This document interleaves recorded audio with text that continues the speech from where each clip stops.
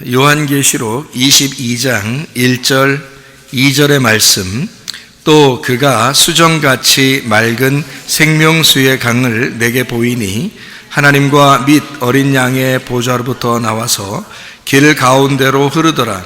강 좌우에 생명나무가 있어 12가지 열매를 맺되 달마다 그 열매를 맺고 그 나무 잎사귀들은 만국을 치료하기 위하여 있더라. 아멘. 요한계시록 22장 1절 2절의 말씀은 에스겔서 47장 12절 말씀하고 같은 내용이죠. 그러니까 구약에 있는 이 말씀이 신약에서 요한계시록 22장 1절 2절의 말씀에 같이 나와 있는 그런 얘기가 되겠습니다. 그렇죠? 우리가 잘 보면 비슷하다는 걸 우리가 알 수가 있죠. 잎사귀가 치료하는 능력이 있고 그 잎사귀가 치료의 약재료가 된다는 그런 이야기를 우리가 배웠습니다. 하나님은 우리를 몸을 치료하는 것도 중요하지만 사실 영혼을 치료하고 싶어 하시죠. 마음을 또 치료하고 싶어 하시죠. 그러니까 몸만 치료하는 게 아니라 우리의 영혼도 치료하시기를 원하신다. 이제 이런, 그러니까 어릴 때부터 이렇게 엄마 아빠에게 사랑을 많이 못 받잖아요. 그러면은 아이가 마음이 아파요. 마음이 아파서 정신적으로나 마음적으로 많이 충격에 휩싸이고 자기도 어떻게 자녀를 사랑해야 될지를 몰라서 나중에 커서도 아이를 낳고 생활을 하는데도 자기가 어떻게 사랑을 해야 되는지, 어떻게 자녀들을 돌봐야 되는지도 잘 모르는 경우가 있어요. 그러다 보니까 또 다른 피해자가 생기는 거죠. 자녀들이 또 이제 자기로부터 사랑을 못 받게 되고 또 거기에서 이제 또 문제가 생기는 그런 충격을 받는 그런 아이들로 바뀌게 되죠. 그러니까 사실은 이 세상에서 태어난 아이들은 처음부터 나쁘게 자라는 아이들은 없습니다. 처음부터 나쁜 아이가 태어나는 게 아니라 가정에서 나쁘게 만드는 거예요.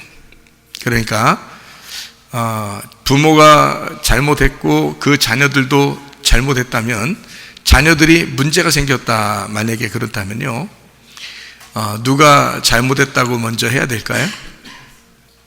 부모가 먼저 잘못했다고 해야 됩니다. 왜 그러냐면 자녀들은 처음부터 그렇게 잘못하는 자녀는 없기 때문입니다. 뭔가 결핍이 있기 때문에 잘못되는 거거든요. 그러니까 자녀가 성격이 좀 이상하다, 또는 자녀가 좀 뭔가 문제가 있다, 그러면 누굴 먼저 돌아봐야 될까요? 부모인 자기를 먼저 돌아봐야 되고, 자기한테도 좀 문제가 있다 이렇게 여겨진다면 누구를 돌아봐야 되나요? 누굴 봐야 되나요? 자기 부모님을 먼저 봐야 됩니다. 그래서 부모님으로부터 내가 사랑을 받았는지, 부모님은 나에게 따뜻하게 대해줬는지, 그걸 이제 생각을 해봐야 되죠. 요즘에는 다 맞벌이를 하기 때문에 자녀들한테 진짜 사랑을 나누어 주기가 참 어려운 시대에 우리가 살고 있습니다. 엄마 아빠가 다 일터에 나가고 아이들은 이제 혼자 집에 남겨져 있죠. 나중에 이 아이가 커서 부모님한테 뭐라고 하겠어요? 나는 엄마 아빠 사랑을 못 받고 이렇게 자라났다고, 나는 혼자 컸다고 그런 얘기를 하지 않겠습니까? 그러면 이제 부모님은 뭐라고 그럴까요? 내가 너 때문에 얼마나 고생하며 살았는지 아느냐, 이제 그렇게 말할 거란 말이에요. 그 중간에서 듣는 우리들은 다 이해가 되죠. 양쪽 다 부모님 마음도 이해가 되고 자녀들 마음도 이해가 되는 거예요. 그런데 그 자녀들한테 진심으로 이제 물어보게 되면 부모가 너무 힘들게 자녀들한테 잘해주려고 했지만 그 부모는 가만히 생각해 보세요. 언제 자녀가 자기들 돈으로 자기들한테 잘해달라고 언제 자녀들이 얘기한 적 있나요? 어릴 때부터 태어나면서 엄마 나 돈 줘야 돼, 그래야 엄마가 나한테 잘해주는 거야 라고 부탁했나요? 안 했죠. 왜 근데 자기들은 돈을 벌어서 자녀들한테 잘해줘야 된다고 생각하게 됐나요? 그냥 네 생각이죠. 자녀들 생각이 아니에요. 그냥 네가 그렇게 생각한 거예요. 혼자. 그러니까 이 세상 살아보니까 돈이 필요하더라. 그래서 돈을 벌어서 내가 너한테 돈으로 잘해주면 되지. 그게 사랑하는 거지라고 생각했던 거예요. 그렇죠? 자녀들은 그렇게 부탁하고 태어난 적이 없습니다. 그냥 자녀들은 돈이 없어도 그냥 엄마가 같이 있으면 행복한 거고 아빠가 같이 있으면 행복한 거예요. 근데 그거를 못 해준 거예요. 같이 있으면 또 뭐예요? 같이 있으면 막 소리 지르고 윽박지르고 때리고 그러면 되겠습니까? 언제 그렇게 같이 있어달라고 했나요? 애들이 부탁했나요? 그렇게 해달라고? 아니죠. 따뜻하게 말하면서 사랑한다고 말하면서 같이 안아주면서 서로 오손도손 이렇게 얘기하면서 도란도란 얘기하면서 그렇게 살아달라고 그렇게 부탁하는 거 아니에요? 말은 안 해도 아이들은 그런 사랑이 필요하니까 그런 사랑을 해달라고 태어난 건데 하나님 아버지로부터 우리가 사랑받아야 되는 것처럼 부모님들에게 자녀는 그렇게 사랑받기 위해서 태어난 아이인데 부모가 괜히 혼자 생각해 내가 돈 벌고 내가 열심히 일하는 것은 너희들을 위한 거야. 언제 부탁했어요? 자녀들은 그런 거 원하지 않습니다.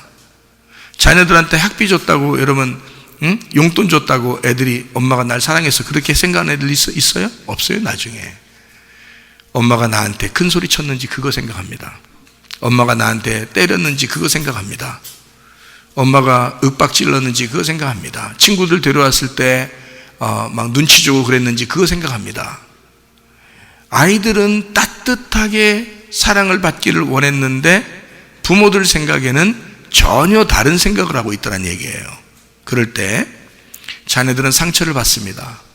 이것이 속에 응어리가 지고 나중에는 엄마하고 대화가 안 된다고 생각하죠. 그래서 엄마하고 대화를 많이 하진 않습니다. 기본적인 뭐 먹는 거 입는 거 뭐 이런 거 말고는 깊이 있는 대화들을 거의 안 하게 되죠.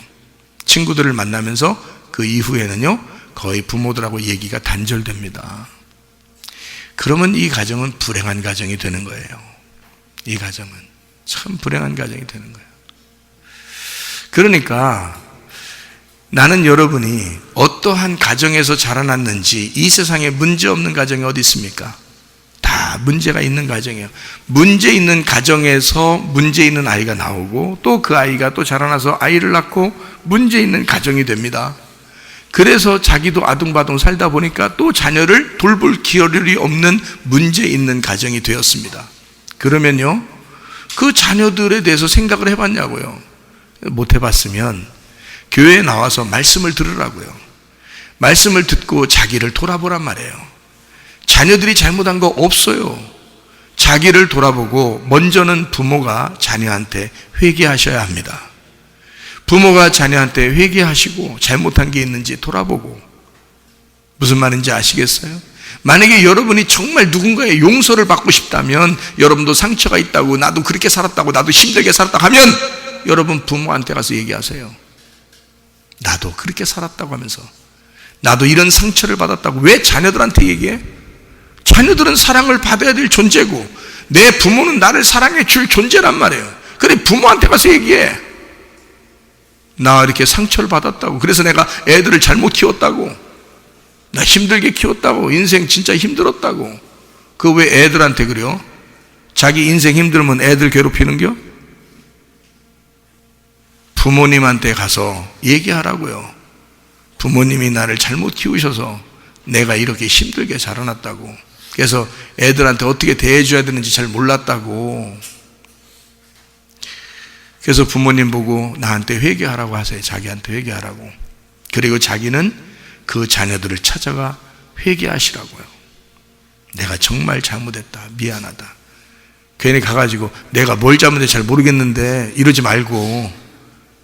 그러니까 말씀을 들어야 되는 거야. 말씀을 듣고 이게 성경적으로 자기를 파악하셔야 돼. 이게 하나님의 마음을 가지라고 애들 낳으라고 한 건데 하나님 마음을 안 가지니까 그런 거야. 하나님 마음을 모르니까 이거 애들한테 먼저 어떻게 해줘야 되는지 자기도 모르고 자라난 거예요. 자기가 문제가 있었던 거야. 그러니까 자녀들한테 그걸 못 해준 거예요. 늦었다고 생각할 때가 가장 빠른 거니까 오늘부터라도 여러분 자녀들을 깊이 사랑하시기를 바랍니다. 진짜 자녀들은 사랑받아야 할 존재거든요. 나이가 먹었든 안 먹었든 말입니다. 권사님들, 할머니들 앉아 계시는데 만약에 그 부모님이 살아계시다면 가서 따지셔. 그리고 사랑해달라고 그래요. 가서 가슴에 폭 안겨서 사랑해달라고 그래요. 네? 어떻게야, 이제 사랑해줄 사람만 남았네. 그러니까 사랑해주기만 하고 사셔. 그게 예수님이셨어. 예수님은 우리 인간들에게 사랑받지 못했어요. 그냥 예수님은 하나님 마음을 품고 와서 우리를 사랑하셨어요. 그게 예수님이에요. 그래서 우리는 교회에서 하나님 말씀을 배우는 거야. 그리고 우리는 깊이 그 하나님의 마음을 배우는 거예요. 그리고 그 사랑으로 밑에 사람들을 사랑하며 살다가 가는 것입니다. 그게 우리의 삶인 걸 어떻게 해요? 그게 그리스도인들의 삶이란 말이에요. 이해가 되겠습니까? 막 기분 나쁘다고 자기 막 앙탈하고 그러지 마시고요. 예? 나도 왜 이렇게 잘하는지 모른다고, 왜 내 마음은 몰라주냐고 그러지 마셔. 다 알아. 하나님이 다 아셔. 하나님이 다 이해하신다고요. 예? 예. 그러니까 마음을 받으셔야 돼. 뭐가 가서 치료해야 돼? 생명나무의 잎사귀가 가서 치료하는 거야. 생명나무의 잎사귀는 어떻게 생겼다고? 높이 올려져 있다고. 부활하신 예수님이라고. 부활하신 예수님과 내가 동참하게 되면 우리도 그 잎사귀가 된다고. 빠진 약재료, 치료의 약재료가 된다고요. 그러니까 여러분과 저도 누구에게든지 내가 치료하는 약이 돼야지. 그렇죠? 예수님도 우리에게 치료하는 약이 되셨듯이 우리도 치료하는 약이 돼야 되겠다. 그거는 하나님의 사랑을 받은 자, 우리가 하나님으로부터 치료를 받은 자, 육체적인 치료만이 아니라 그 너머에 진짜 영의 치료를 받은 자들이 되셔야 합니다. 영의 치료를. 태양을 보면서 믿는 사람이 있어요? 아니에요. 우리는 태양 너머에 진짜 빛을 믿는 사람들이죠. 그러니까 우리는 가짜를 믿는 게 아니라 진짜를 믿는 거야. 그러니까 육체의 치료는 당연한 거고, 그건 당연한 거고, 그 너머에 마음, 영혼의 치료가 있어야 된다. 그게 진짜 치료라는 거죠. 예수님은 그렇게 치료하기를 원하시는 거예요. 그래서 성령의 물이, 생명나무에 그 물이 막 흐르잖아요. 그 성령의 물이 흘러서 막 치료하는 역사가 있고 막 그러거든요. 회복되는 역사가 있고 막 그러거든요. 그 성령의 물이 막 흘러와요. 그 성령의 물이 막 흐르면 이게 뭐가 흐르는 거예요? 말씀이 흐르는 거예요. 말씀이 흐르는 거. 그래서 말씀이 막 흘러나와. 그럼 뭐가 시작돼? 치료가 시작되는 거야. 예.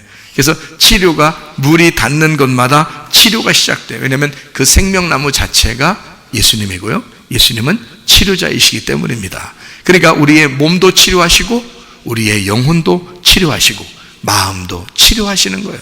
그러니까 아유, 나 치료 못 받았어, 나 상처 입었어, 나 이렇게 살아 저렇게 살아, 내가 왜 그런지 알아? 그러지 마시고, 왜 그런지 알아? 생명나무 대신 예수님이 안 들어가서 그래요. 생명나무 대신 예수님이 네 안에 들어가면 다 치료가 돼. 그리고 치료자가 돼서 너도 그 생명나무의 잎사귀가 되는 거야. 무슨 말인지 알겠죠?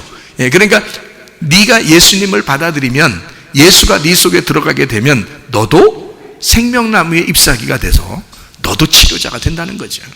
우리는 말씀을 듣고 말씀을 아는 사람이 핑계를 댄다는 것은 우리에게 있을 수 없습니다. 하나님 말씀은 아주 정확하잖아요. 부활하신 예수님이 우리 안에 거하시면 얼마나 우리 자신들이 회복되겠습니까? 그러니까 사람들이 나 상처받았어, 그런 얘기 하지 마. 우리 교회에서, 우리 교회는 그런 얘기 하지 마. 그러니까 상처받았어요 그러면 예수님이 아직 안 들어갔어? 예수님이 아직 해결 안 해주셨어? 그러면 되는 거죠. 나 시험 들었어. 시험이 어디 있어? 그럼 욕심 부렸어? 욕심 부리면 시험 든다는 건데, 욕심 부려서 교회 다녀, 욕심 부리고 다 교회 다니는구만, 이거잖아요. 그러니까 시험을 받는 것은 너희 욕심 때문이다. 욕심이 잉태하면 죄를 낳고, 죄가 장성하면 사망을 가져오잖아요. 그러니 네가 욕심 때문에 네가 시험에 드는 거잖아. 그러니까 나 시험 들었어. 그래? 너 욕심 냈구나. 척 보면 삼천리죠. 상처받았어 그러면 네 안에 예수가 들어가지 않았구나. 치료자 예수가 들어가지 않았구나, 네 속에. 그러니 상처가 있다 그러죠. 그러니까 서로 화해도 안 하는 거요, 용서도 안 하는 거요. 예수가 치료자인데 내 속에 들어오면 용서 당연히 하게 되죠. 무슨 말인지 아십니까?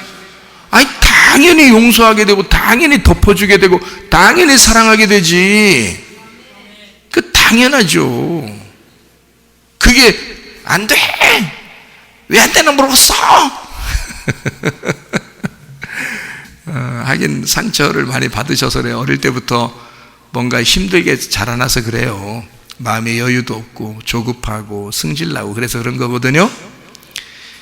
예수님 만나야 마음의 여유가 생깁니다. 그러니까 예수 만나서 용서하시고, 예수 만나서 사랑하시고, 예수 만나서 덮어주시기를 바랍니다. 예수 안 만나면 뭐 할겨? 예수 안 만나면 뭐 계속 승질내면서 살을겨? 계속 그 상처 부둥켜 안고 살을겨? 에? 누가 알아줘? 안 알아줘도 돼요. 예수님이 알아주면 돼. 예수님이 네 안에 들어가야 널 알아주지. 예수님이 어떻게 알아줘? 맨날 미워하고 승질내고 화내고, 화해하지도 않고 용서하지도 못하고 사랑하지도 않고 덮어주지도 않는데 어떻게 하나님이 널 알아주겠냐고. 하나님만 날 알아주시면 되죠. 아무도 날 안 알아줘도 돼요. 아니, 하나님과 사람 앞에, 하나님에게도 사람에게도 은총과 귀중 여김을 받아야지. 그러려면 다 사람도 용서해야죠. 사랑해야지. 덮어줘야지. 뭘 그걸 가지고 뭘 자기가 뭐 대단한 것처럼 그렇게 상처받았다고 그 상처를 그렇게 자랑하고 다니나.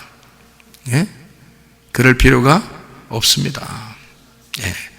예수님이 들어오시면, 치료자 예수님만 들어오면 가능한데, 그 치료자 예수님, 하나님 나를 치료해 주십시오 하려면 우리가 기도해야 돼요. 기도해야 돼. 하나님은 분명히 나와 엮이길 원하셔. 나와 엮이셨어. 그래서 하나님은 분명히 날 사랑하셔. 그러니까 나도 하나님하고 엮겠습니다. 나도 하나님하고 묶이겠습니다. 나 하나님하고 딱 하나가 되겠습니다. 내가 하나님을 동의합니다. 하나님하고 내가 마음을 합합니다. 그게 바로 뭐냐면 기도라고 그랬잖아요. 기도라고. 그래서 기도하는 거예요. 그렇게 기도하지 않으려면 뭐하러 기도해? 그런 기도하지 않으려면 뭐하러 기도하냐고 생각해 보시라고. 하나님하고 하나 되려고, 하나님하고 묶이려고, 하나님하고 하나의 끈이 돼서 하나님이 나의 미래에, 하나님이 나의 소망이 되게 하시려고 내가 기도하는 거 아닙니까? 나의 미래를 책임져 달라고 기도하는 거 아닙니까? 그렇잖아요. 그게 기도라고요. 그러니 하나님이 나를 회복시키시고 하나님이 나를 치료하실 것이다. 그래서 어떤 사람은 금방 팍팍 하면서 화가 나는 사람 있죠. 다 상처 때문에 그렇습니다. 누군가에게 상처를 받은 거예요. 그렇죠? 이해 못하는 건 아니에요. 분명히 상처가 있어서 그런 건 사실이에요. 그러나 교회 안에서는 상처나 그런 아픔이 사실 씻겨져야죠. 예수님이 있으니까, 예수님이 우리 교회의 주인이시니까, 예수님이 나의 신랑이 되시니까. 그렇죠? 그러면 우리는 이제 뭐 하고 살아야 돼? 밑에 사람들에게 사랑하고 용서하고 덮어주고 그렇게 살아야 된다는 거지. 그게 주님의 마음이니까 그렇습니다. 물이 흐르는 곳마다 회복함이 일어납니다. 에스겔 47장 1절부터 5절까지의 말씀에 보면 발목에 물이 있죠. 무릎에 물이 있죠. 허리에 물이 있어요. 허허이, 물이 자꾸 올라오네요. 올라와서 이게 또 위에까지 물이 차. 그래서 이게 수영할, 헤엄칠 물이 됐다는 거예요. 말이 헤엄칠 물이지요. 넘쳤다는 얘기입니다. 그렇죠? 이게 넘쳤다는 말은 무슨 의미라고요? 장례 치른다는 얘기예요. 장례 치른다. 예. 물이 넘쳤으니까 예? 장례 치른다 이거야. 어떻게 할 때 성령 충만이 일어나요? 내가 죽을 때 성령 충만이 일어나는 거야. 여러분, 내가 죽을 때 그 장례식에서, 나의 그 장례식은 곧 하늘나라의 시작을 말하는 거야. 나의 장례식은 천국이 시작되는 거예요. 그렇죠? 그러니까 나를 완전히 덮는 것은, 하나님의 말씀이 나를 완전히 덮는 것은, 성령 충만하게 되는 것은 나의 죽음이 곧 하늘나라에서의 탄생이라는 것을 알게 하는 거죠. 그래서 거듭난다, 그렇게 말하는 것입니다. 새로 태어난다. 땅에서 태어났지만 이제 하늘에서 태어나기 시작한다, 그 말이고요. 하나님의 모태 안으로 들어간다. 하나님의 태초, 하나님의 시작 안으로 들어간다. 하나님의 그 자궁 안으로 들어간다. 그게 천국이거든요. 그 태초, 하나님의 자궁, 하나님의 그 배, 하나님의 그 모태에서 인간이 탄생됐잖아요. 이제 다시 이 땅에서 죽고 하늘나라 하나님의 모태에, 그 자궁에 다시 들어가는 거예요. 이게 천국에 들어가는 거거든요. 그러니 에스겔 47장 1절부터 5절은 바로 우리의 죽음을 통한 새로운 시작을 말하는 거라는 거죠. 네. 그러니 여러분, 교회 나와서 우리 교회만큼 죽지 않은 교회가 어디 있어요? 우리 교회만큼 죽자고 하는 교회가 어디 있냐고. 야, 진짜 죽으면 살리라. 네, 죽으면 살리라. 저도 주님 만나서 죽은 사람입니다. 그러니 주님이 살려주신 거예요. 내가 살아서 사는 것은 내 힘이죠. 근데 내가 죽은 상태에서 주님이 살려주셔서 사는 것은, 이건 내 힘이 아니죠. 하나님이 살려주심으로 사는 건 하나님의 힘이지 내 힘이 아니잖아요. 예. 하나님의 생기란 말이에요. 하나님의 호흡, 하나님의 에너지로 사는 거죠. 내 에너지가 아니란 말이죠. 나는 오늘도 설교를 할 수 있을지 고민했습니다. 왜냐하면 목이 너무 아팠어요. 보통 아픈 게 아니라 너무 아픈 거예요. 그래서 기침이 계속 나고 목이 너무 아파서, 그래서 하나님 앞에 진짜 하나님 어떻게 하면 좋겠습니까? 너무 목이 아파서. 그때 퍼뜩 들어가는 생각, 퍼뜩 들어가는 생각, 내가 뭐 하는 사람이지? 설교하는 사람이야. 그러면 누가 더 아쉽겠지? 하나님이 더 아쉽겠지. 그러면 내가 할 말 해야 되겠지? 그래서 하나님, 나 이거 너무 아파요. 너무 아파서 제가 병원을 보통 안 가는 사람이거든요. 너무 아프니까 목이 말이 하나도 안 나와요. 말이 하나도 안 나와서 세상에 막 어질어질하죠. 목이 잠겨서 말은 하나도 안 나오죠. 이거 큰 문제가 생긴 것 같은 거예요. 하나님 말씀 증거하는 사람이 목사가 목이 문제야 되면 이게 안 돼. 목사가 목이 상쾌해야 되잖아. 근데 이 목이 너무 아프니까 어디를 갔다 이렇게 오는데 자동차 뒤에 이렇게 누가 타고 있는데 내가 말을 못 하겠는 거야. 아파서 한마디도 못 하겠는 거예요. 목이 아파가지고 말을 못하고 계속 아마 이상하게 생각했을 거야. 목사님 왜 이렇게 말을 안 하시나 자기한테 이렇게 생각했을지 모르지만 사실은 목이 아파가지고 말을 못한 거는 거예요. 하나도 안 나와는 거예요. 이렇게. 그래서 도저히 이건 안 되겠다, 병원에 가봐야 되겠다 해서 병원을 갔단 말이에요. 갔더니 말이에요. 이렇게 해보라고 해서 하니까 참, 그러니까 목사도 아프니까 소용없어. 목사가 아프면 의사한테 가야 돼. 사자 돌림에 같이 가야 돼. 의사가 청진기를 가지고 가슴에 또 딱 대, 이렇게 청진기로 가슴에. 그러니까 기침을 계속 하니까 그 사람도 볼 때 심각한 거죠.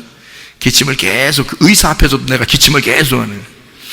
그리고 청진기를 딱 대. 폐가 무슨 문제가 있는가. 그러면 그러니까 딱 버텨서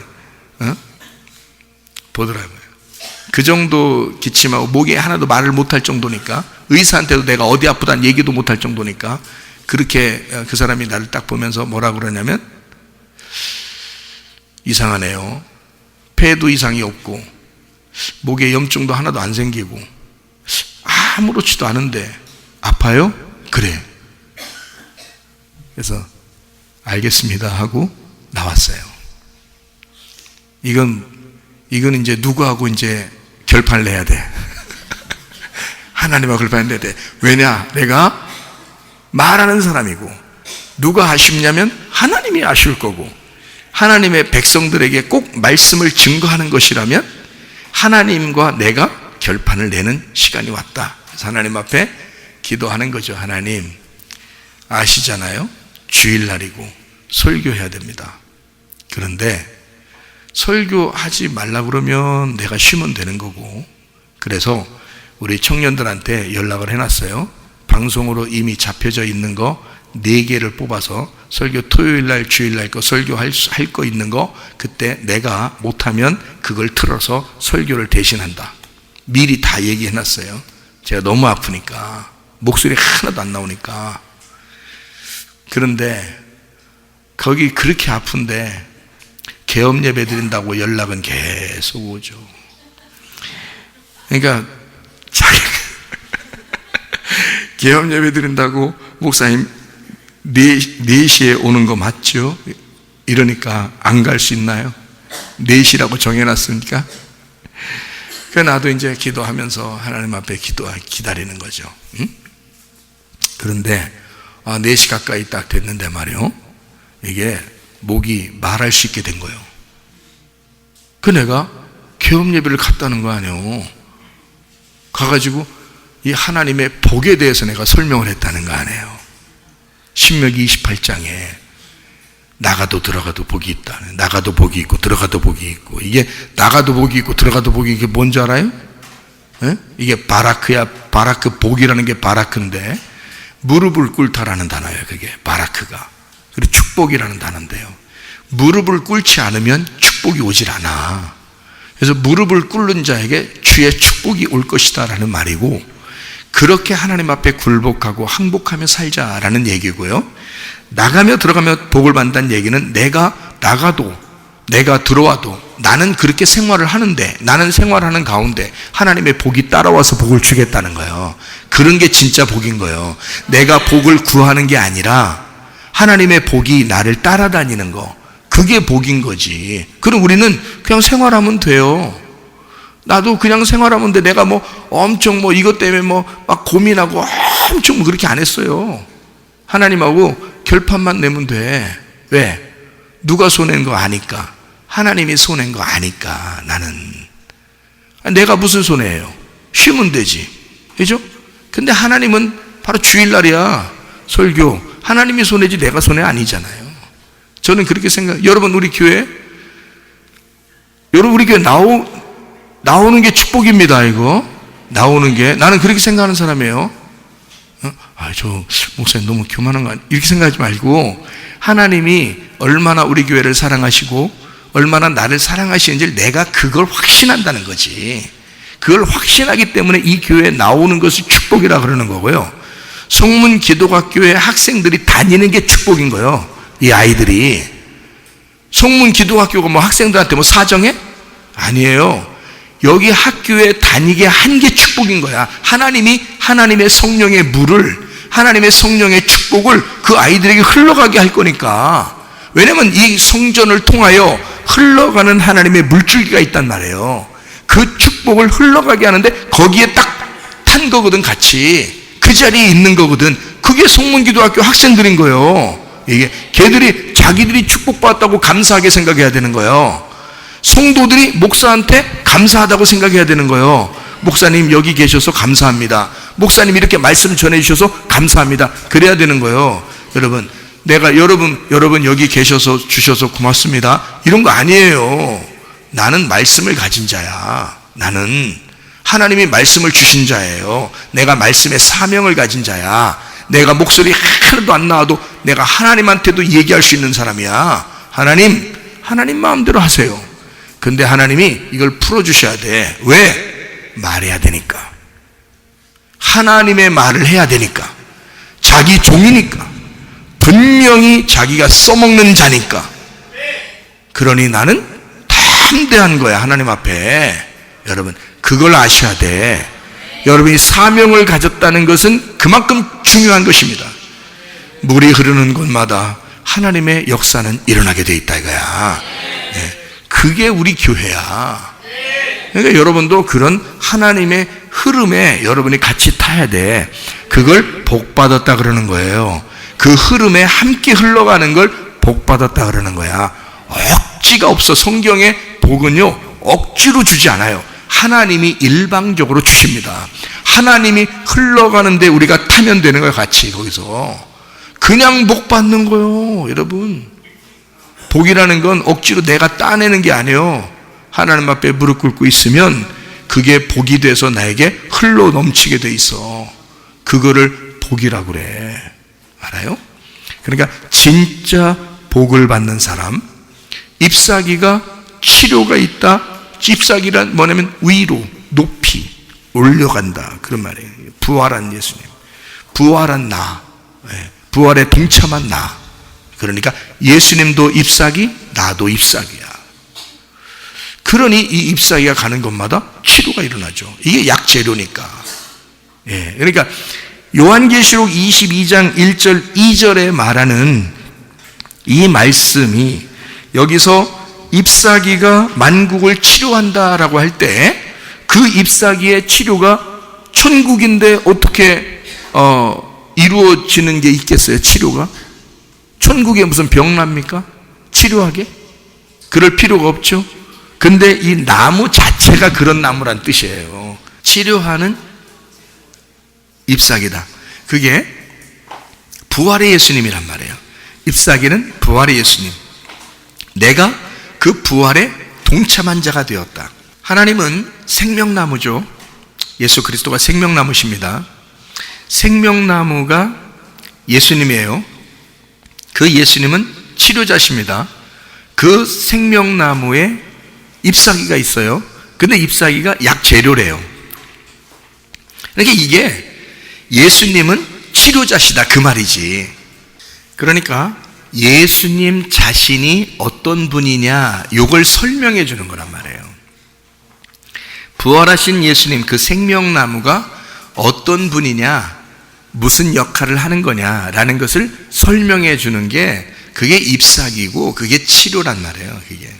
그래서 얘기하는 거거든요. 이게 성경이. 하늘나라에 무슨 병 걸려서 치료받아야 되고 그래서 그런 게 아니고 예수님 자신이 어떤 분인가. 그러니까 나도 내가 뭘 하느냐가 중요한 게 아니라 내가 어떤 사람이냐 그게 중요한 거예요. 나는 하나님의 사람이냐 그게 중요한 거지 내가 무엇을 했느냐 이것은 중요한 게 아니란 말이에요. 내가 어떤 사람인가, 나는 정말 하나님이 쓰시는 사람인가, 나는 하나님의 사람인가, 하나님 앞에 정말 담대하게 내가 기도하고 얘기할 수 있는 사람인가, 그게 분명한가, 그 주님을 내가 그렇게 내 모든 것을 버리고 그 주님을 선택한 결정을 했는가, 내가 진짜 그 주님을 선택했는가, 그거 담대하면요 기도할 수 있겠죠. 바로 그 말입니다. 그 생명나무, 하나님과 어린 양의 보호자로부터 생명수가 나온다 그랬거든요. 하나님과 어린 양의 보호자로부터 생명수가 나온다 그랬는데요, 에스겔서 47장에서도 성전에서부터 성전 밑으로 물이 이렇게 흐른다 그랬거든요. 근데 이게 어디서 나온 물이냐면 자세하게 요한계시록 22장 1절 2절에 보니까 하나님과 어린 양의 보호자로부터 나오는 물이었다는 거예요. 그 하나님과 어린 양의 보호자가 뭐냐면 지성소의 법궤입니다. 지성소의 법궤. 그게 법궤 뚜껑이 속죄소라 그러고 그게 시은좌라 그래요. 그래서 은혜를 베푸는 자리라 그래가지고요 그 뚜껑에서 나왔다 그 말이에요. 그러니까 이게 법궤에서 물이 흘러넘쳐서 뚜껑으로부터 은혜가 흘러나오기 시작해 그 생명의 말씀, 생명수가 거기서부터 나오기 시작했다는 것을 이야기하는 것이거든요. 그렇게 흘러나와서 강 좌우에 12가지 열매 맺는 나무들이 있어요. 이것은 완성을 의미하는 겁니다. 나무가 완성됐다 이런 말이고요, 그 생명나무의 완성을 의미하는 겁니다. 길 가운데로 물이 흘렀다 그랬거든요. 길 가운데로 물이 흘렀다. 길 가운데로 물이 흐르면 그게 길이요 강이요? 강이지 그게 길이요? 강도, 여러분, 강도 물 다 빼보세요. 비 안 와가지고 물 다 빼면 그게 길이요. 그죠? 그런데 생명수의 길은 물이 그 가운데로 흘러. 그러니까 길에 흐르는 거예요. 그러니까 그게 강이지 뭐요. 생명수 강이지. 응? 그 물이 옆으로 가야지 이게 가운데 길이 나지. 그렇죠? 근데 길 가운데로 물이 흘러다녀. 그러면 그게 생명수 강인 거야. 이게 넘친 거죠. 물이 넘쳐서 흘러가는 걸 얘기하는 거잖아. 그죠? 그래서 생명수 물인데요.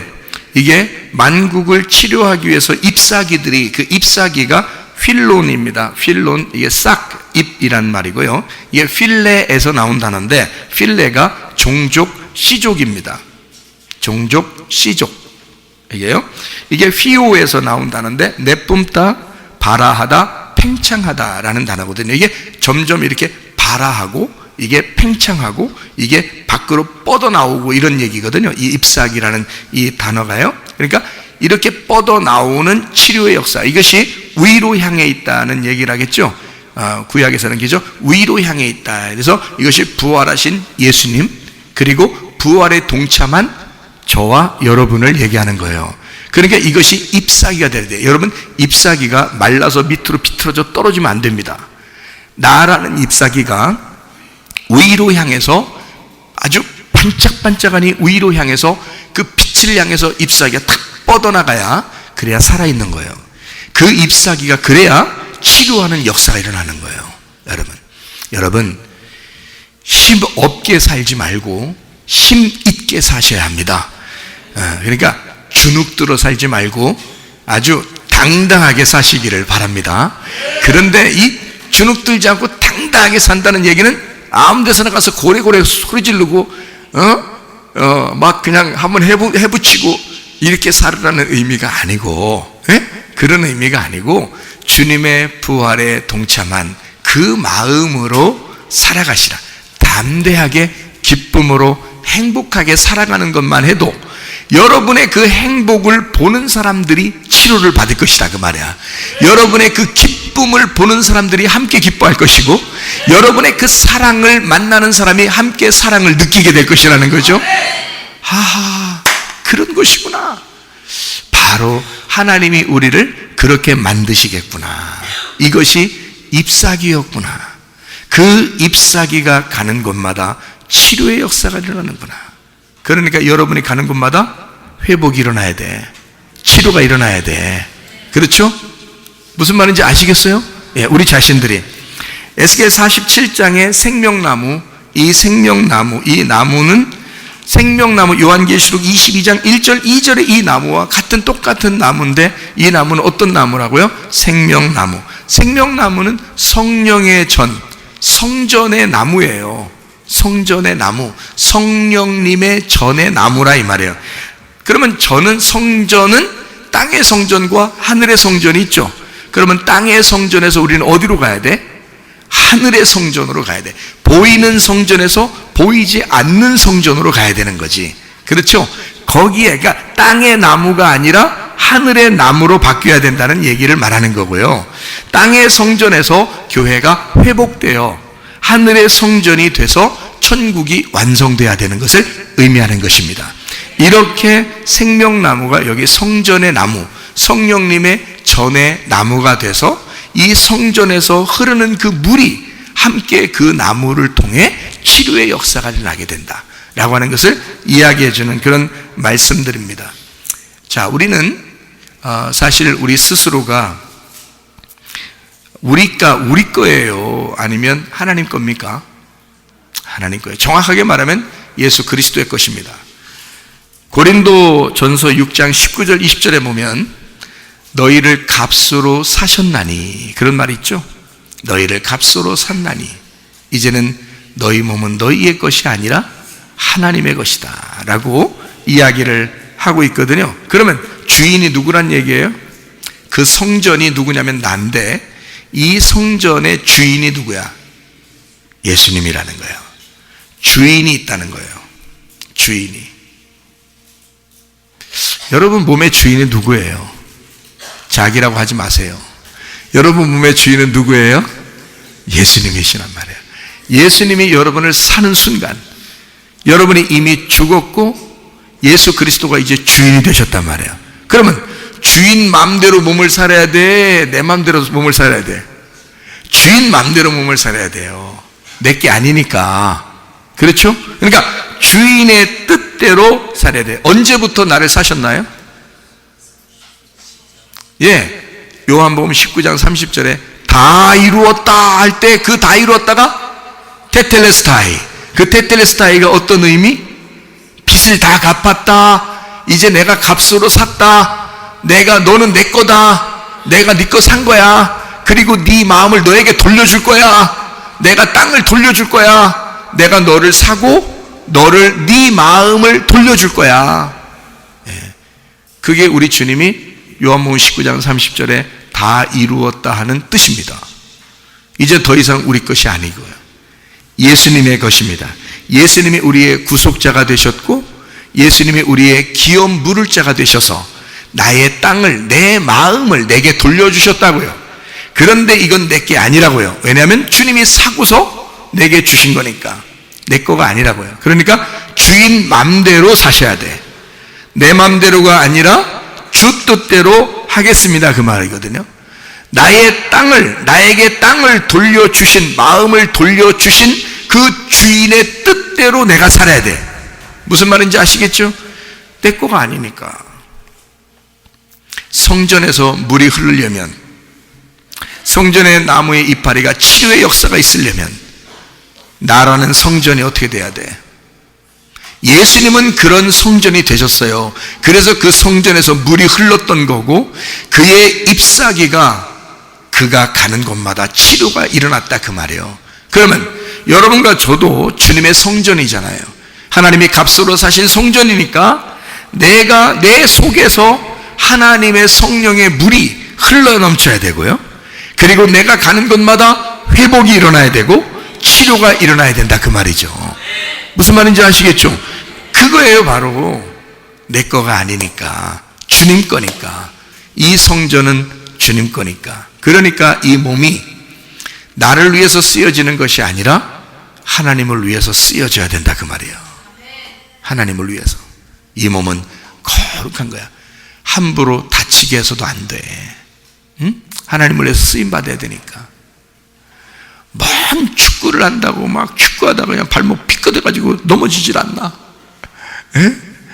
그냥 뭐 한다고 그냥 야구한다고 야구 공 던졌는데 야구 공 맞질 않나? 야구를 쳐야지 왜 공을 쳐야지 왜 자기가 맞아? 또 농구한다고 손가락 그냥 삐질 않나? 에? 달려가다가 그냥 다리가 휘뜩해가지고 그냥 넘어져가지고 다리가 그냥 분지러지질 않나?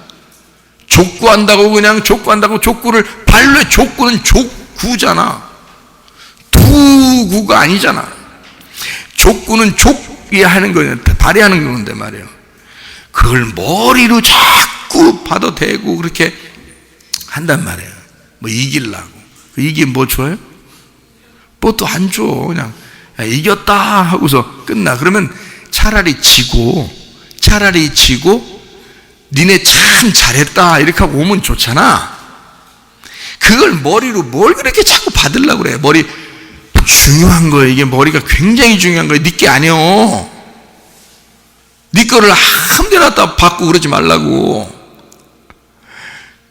머리는 중요한 거니까 조심해서 써야 돼. 그래서 머리로 딱 공이 날라오는 것 같다 그러면 뒤로 물러나서 발로 차. 족구니까. 그렇게 해야 되는데 그냥 오면 닿다. 저쪽에서 저 가까이 떨어지는 것도 그냥 달려가서 머리로 박아 또. 좋은 현상 아닙니다. 머리 나빠집니다. 응? 일부러 그렇게 할 필요가 있나? 내가 왜 그렇게 얘기를 해주냐면 운동 100번 1000번 하면 무슨 소용이 있어. 그냥 혼자 걸어다니는 게 더 운동이요. 산에 올라갔다 내려오는 것도 더 운동이고. 그 운동을 꼭 그걸 해야지 진짜 운동인 것처럼 하지 말고 문제는 다치지 않으면 된다 이거야. 다치지 않으면. 그래서 운동을 하는 건 좋은데 다치는 운동은 하지 마라. 왜냐하면 나는 이것을 주님의 은혜를 깨닫고 알았어요. 내 몸이 얼마나 중요한지, 내가 스트레스를 많이 안 받아야 된다는 것도 알았어요. 왜냐하면 내 몸이 너무 중요하니까. 하나님의 말씀을 담아서 전달해 주는 그릇인데 이 그릇이 찌그러지거나 찢어지면 안 되니까. 그래서 나는 내 몸을 굉장히 조심합니다. 그럼 또 뒤에서 뭐라고 하는 사람도 있을지도 몰라. 그렇게 몸을 조심해서 그렇게 많이 먹어요? 이렇게 그렇게 생각할지 모르겠지만 어쨌든 저는 몸을 조심합니다. 왜냐하면 내 몸이 귀한 것이기 때문에 그런 거예요. 여러분도 하나님이 값 주고 사신 몸이니까 몸을 귀하게 여기시라고요. 알겠죠? 몸을 귀하게 여기셔. 몸이 건강이 중요한 거예요. 설교를 듣다가 졸리시잖아요? 주무셔요. 몸이 얼마나 귀한 건데 몸이 얼마나 귀한 건데 이러면서 주무시라고요. 저는 그거 뭐라고 안 합니다. 진짜 너무 감사하잖아요. 아버지 집 같고 평안하게 아버지 집이다 이렇게 생각이 드니까 양이 목자의 그 무릎에 기대어 있는 것처럼 주무시잖아요. 말씀은 나오죠. 계속 말씀을 위해서 계속 나오죠. 그 다음에 자기는 잠이 오죠. 이게 주님의 목자의 무릎에 기대 있는 거예요. 이렇게 그런 모습들이 보여요. 저는 그렇게 진짜 그렇게 보이는 것 같아. 그렇게 주님이 정말 사랑하시는구나 이런 생각이 들어오거든요. 근데 어떤 사람 오해할 수도 있어. 목사님은 주무시는 거 싫어하는 사람인 줄 알고 그럴 수도. 옛날에는 그랬죠. 옛날에는 저 어떻게 하면 저렇게 잘까 이렇게.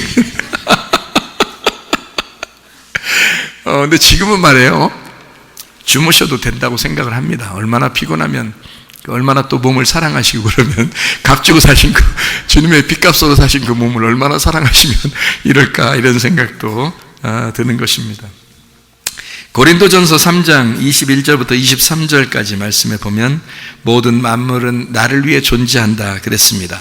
나는 그리스도를 위해서 존재한다는 것이고요, 그리스도는 하나님을 위해서 존재합니다. 그 말은 모든 만물은 내게 속해 있다라는 말이고요, 나는 그리스도에게 속해 있다는 말이고 그리스도는 하나님에게 속해 있다는 말입니다. 다시 말하면 주인이 따로 있다는 얘기예요. 그리스도의 주인은 하나님이시고요, 나의 주인은 그리스도입니다. 이 모든 만물의 주인은 나예요. 그래서 나보고 다스리라 그랬던 거거든요. 그죠?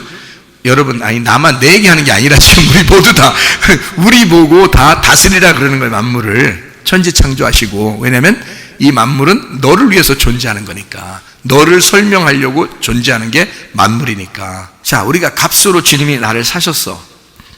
그래, 모든 만물이 내 거야. 나는 그리스도 거야. 그리스도는 하나님 거야. 그러니까 나는 누구를 위해서 존재하는 거요? 누구를 설명하려고? 그리스도를 설명하려고 내가 존재하는 거야. 만물은 나를 설명하려고 존재하는 거고요. 그러니까 이 모든 만물을 통해서 보면 나를 설명하는 거예요. 저게 그리스도는 이 땅에 왜 오셨어? 하나님을 설명하려고 이 땅에 내려오신 거예요. 무슨 말인지 알겠죠? 그리스도는 하나님을 설명하기 위해서 존재하는 거고, 나는 그리스도를 설명하려고 존재하는 거고, 이 모든 만물은 나를 설명하려고 존재하는 거란 말이에요. 그러니 이 성경은 나에 대해서 쓴 책이 맞죠. 이 속에 있는 성경은 핵심이 예수 그리스도죠. 왜냐하면 나를 위해서 쓰고 내가 발견되면 발견될수록 예수가 발견되거든요. 예수가 발견되면 발견될수록 하나님 마음을 알게 되는 거거든요. 그게 이 하나님의 말씀이에요. 그게 고린도전서 3장 21절부터 23절의 말씀이거든요. 자, 우리가 다시 한번 생각해 봅시다. 만물은 나를 위해서, 나는 그리스도를 위해서, 그리스도는 하나님을 위해서 존재한다 그랬어요. 우리 이렇게 다 누구에게 속해 있다라는 것은, 우리는 그리스도에게 속해 있으니까 지금 이 땅에서 내가 그리스도를 설명하기 위해서 우리는 어디로 모였나요? 교회에 모였습니다. 교회에 모여서 뭐 하죠? 우리가 예배를 드립니다. 예배를 드릴 때는 그러면 어떤 예배를 드려야 된다고 요한복음 4장 23절 24절에 나와 있습니까? 영과 진리로 예배 드리는, 예배가 만남이기 때문에 그런데요, 말씀을 만나는 게 예배인데, 예배라는 그 단어 자체가 어떤 단어냐면 프로스퀴네오라는 단어예요. 이게 프로스라는 말하고 퀴온이라는 말의 합성어인데요, 프로스는 앞을 향해요라는 말이 있고요, 퀴온이라는 말은 개, 사냥개라는 말입니다. 그러니까 개와 사냥개, 사냥개가 주인 앞에 딱 향해 있는 것을 예배라 그렇게 말하는 거예요. 주인 앞에 이렇게 헐떡이면서 주인의 명령이 떨어지기만을 기다리는 사냥개가, 이렇게 주인이 가 그러면 쫙 달려가지고 그죠? 돌진해 나가잖아요. 그래서 주인 앞에서 그 명령을 기다리는 것처럼 딱 준비하고 있는 개의 그 모습, 그것이 프로스퀴네오라는 예배라는 단어예요. 그리고 우리가 예배로 모였다면 뭐에 집중하는 거예요? 주님의 명령이 뭐라고 나에게 말씀하시는지를 집중해서 거기에 지금 사냥개처럼 헐떡헐떡하면서 그 앞에서 귀를 기울이고 있어야 되는 거거든요. 그게 예배이기 때문에 그렇습니다. 하나님은 우리 몸을 값주고 사셔서 내가 그리스도를 향하여 살아가는 것을, 그 모습을 위하여 나를 건지시고 나를 사셨는데, 나는 그 예배 때문에 사는 거죠. 그러니까 그 예배가 하나님과의 삶이란 말이에요. 그것 때문에 나를 사셨으니까 그 목적에 합당한 삶을 살아야 되거든요. 그래서 예배가 하나님의 목적이라고, 우리의 삶의 목적, 하나님이 우리를 구원하신 목적이 되는 게 예배라고요. 그래서 이 예배라고 하는 것은 영 안에서, 진리 안에서 예배드려야 된다. 영 안에서라는 말은 육신을 벗어난 영으로의 예배를 말하는 거고, 이게 말씀, 내 지식을 벗어난 하나님의 지식으로 예배를 드려라라는 말입니다. 이게요, 진리라고 하는, 진리 안에서라는 말은 하늘 문이 열리고 소경이 눈을 뜨고, 다시 말하면 뭔가 열리는 것을 의미하는 거예요. 진리라는 단어가 감춘 것이 벗어진다는 단어거든요. 그래서 하늘 문이 열려야 하고, 소경이 눈을 떠야 하고, 죽은 자가 살아나야 하고, 내가 죽음으로써 그리스도가 살아나는 그런 삶의 열매가 있는 것을 진리 안에서라 그러는 거예요. 그러니까 육체를 벗어나 영적인, 그리고 그 삶이 이 땅에 나의 삶을 벗기고 그리스도의 삶을 살게 하는 것을 예배라고 그렇게 말하는 거예요. 그러니까 오직 그 사냥개는 주인의 명령만 귀를 기울이고 그 주인의 명령에 따라 내 몸을 그대로 불살라 버리는 거죠. 그대로 순종하는 거죠.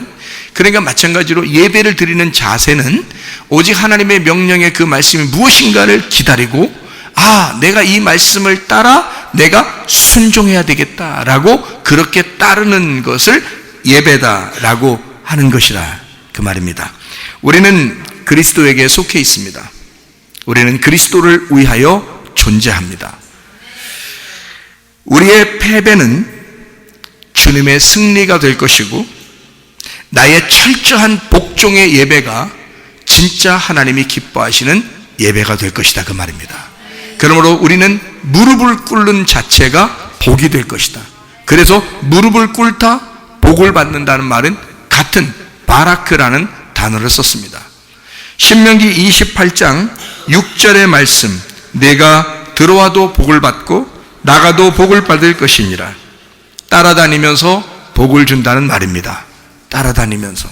그게 진짜 복이라고 제가 설명을 했죠. 나는 그냥 생활하고 있는데 하나님께서 그 생활 가운데 물 흐르듯이 그냥 따라다니면서 복을 흐르게 하실 때 진짜 복을 받게 되는 거거든요. 그게 진짜 복이라는 거예요. 우리가 억지로 복을 따내는 건 복이 아닙니다. 내가 뭘 얼마나 했더니, 어떻게 열심히 했더니 그때 이렇게 치료가 임했고, 내가 어떻게 열심히 이렇게 했더니 그렇게 했더니 내게 복이 임했고, 내가 이렇게 어떻게 했더니 우리 집안이 잘 됐고, 그런 건 진짜 복이 아닙니다. 내가 그냥 생활하고 있었는데, 내가 그냥 나갔는데, 내가 그냥 들어왔는데 그냥 복이 따라다니는 거 있어요. 그거는 하나님이 복이 되셔서 나를 너무 좋아서 그냥 따라다니는 거예요. 여러분, 진짜 좋아하면요, 좋아하는 사람 옆에 계속 따라다니고 싶어, 안 따라다니고 싶어? 따라다니고 싶죠? 좋아하면 따라다니고 싶은 거야. 싫으면 싫어, 그러면 안 따라다녀. 좋아하니까 따라다니는 거예요. 예? 좋아하니까. 그럼 하나님은 나를 자꾸 따라다니는데 왜 따라다녀? 하나님이 내가 좋으니까 따라다니는 거야. 내가 좋으니까. 여기서 착각하는 게 있어. 내가 열심히 하면 하나님이 나를 더 따라다닐 것 같아, 더 좋아할 것 같아. 그러면 네가 열심히 했기 때문에 하나님이 사랑하는 거지가 되잖아. 네가 열심히 해서 예수님이 십자가 못 박혀 돌아 널 구원한 것처럼 되잖아. 그러면 네가 죄인 되었을 때에 십자가에 하나님의 아들이 죽음으로써 우리에게 사랑을 확증하셨다 그랬잖아. 내가 무엇을 했기 때문에 날 따라다니는 게 아니야. 그냥 내가 좋아서 따라다니는 거야. 하나님은. 이해가 되시겠습니까? 하나님은 여러분을 그렇게 따라다니셔요. 그냥 좋대요. 하나님이 여러분을 그냥 좋아한대요. 아, 하나님은 날 그냥 좋아하시는구나.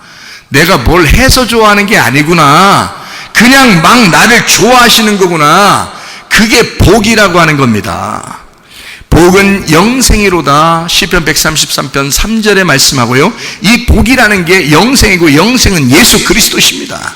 그러니까 복은 예수 그리스도고 예수 그리스도는 나를 위해 죽으셨기 때문에 반드시 나를 끝까지 쫓아오셔. 그냥 그의 사랑하심과 그의 선하심은 날마다 나를 그냥 지겹도록 따라다니신단 말이에요. 그렇게 따라다니시는 그 주님 안타깝지도 않아요? 안타깝죠? 그래서 우리가 도망다니지 말고 돌이켜서 주님, 나도 주님을 선택해요. 나도 주님을 사랑합니다. 나도 주를 위해 살고 싶어요. 이렇게 고백한다면 우리 주님이 왈칵 눈물을 쏟으신단 말이에요. 예수님의 가슴에 감동을 준단 말이에요. 그렇지 않아도 그냥 우리를 따라다니면서 좋아하시는 예수님이, 우리가 그 예수님을 향하여 보고, 예수님, 내가 그렇게 주님에게 은혜를 받았으니 나도 주를 위해서 죽도록 충성하고 싶습니다. 주를 위해서 살다가 주님 만나기를 원합니다. 주님을 깊이 사랑하겠습니다. 내가 주님을 선택하기로 결정하겠습니다. 내가 주의 뜻대로만 살겠습니다. 이렇게 기도하게 된다면 우리 하나님이 우리를 얼마나 좋아하실까?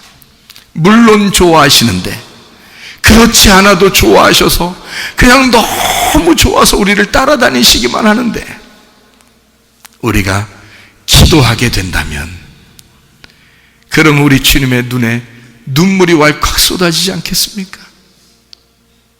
그거는 너무 감동스러워서 그런 거예요. 하나님은 내가 너무 좋다는 거야. 그냥 따라다니셔. 근데 나도 그 하나님을 만났어. 그 주님을 만났어. 알겠는 거야. 그래서 주님이 너무 좋아. 그냥 나도 주님만 계속 따라다니고 싶어. 내가 주님을 계속 따라다니고 싶어. 예수님은 또 나를 계속 따라다니고 싶어. 서로 밀어. 이쪽에서도 막 날 따라다니잖아. 나도 예수님을 따라다니잖아. 그러니까 나는 주님께 더 가려고 그러고 예수님은 나한테 주님 더 오려고 그러고 그러잖아요. 서로 밀어. 어떻게 될까 이게? 둘이 뽀뽀하는 거야. 뽀뽀하는 거야. 둘이 하나가 된 거야. 그러니 얼마나 하나같이 보이냐고. 다른 사람들이 볼 때, 야, 진짜 저 사람 둘이 너무너무 사랑하는가 봐. 그렇게 보이잖아요. 그 사랑을 왜 누구만 하느냐 그 말이에요. 우리 교회 성도들은 다 그런 사랑을 하게 될 수 있습니다. 여러분의 가정이 그런 사랑으로 넘쳐나시기를 바랍니다. 그런 행복이 넘쳐나시기를 바랍니다. 그런 하나님의 성령의 물이 여러분의 가정에 흘러넘치시기를 바랍니다. 우리 하나님 아버지 사랑과 은혜를 감사를 드립니다. 우리가 주님을 정말 깊이 사랑하기를 소원합니다. 주님을 선택하기로 결정합니다. 주님이 우리를 그렇지 않아도 그렇게 우리를 사랑하시고 우리를 따라다니시며 우리에게 생명수 강물로 우리를 적시시고 우리를 그렇게 사랑하시는 하나님, 우리를 회복시키시며 치료하시며 우리를 사랑하시는 그 용서하시며 덮어주시는 그 주님, 우리도 그 주님을 사랑만 하다가 주님 만나게 도와주시옵소서. 예수 그리스도 존귀하신 이름 받들어 기도 올려옵나이다. 아멘.